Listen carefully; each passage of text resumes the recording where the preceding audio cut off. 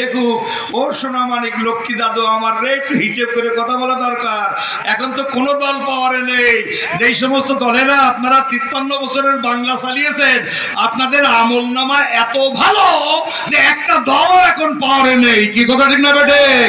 এখন পাওয়ারে রয়েছে কারা? ইন্টারিম গভর্নমেন্ট, অর্থাৎ অন্তর্বর্তীকালীন সরকার, যার প্রধান হলেন নোবেল লরেট ডক্টর ইউনূস, একজন নোবেল বিজয়ী।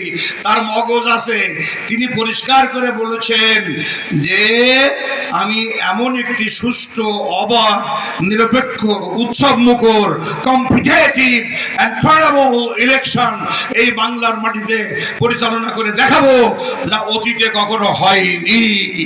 কথা ঠিক না বেটে?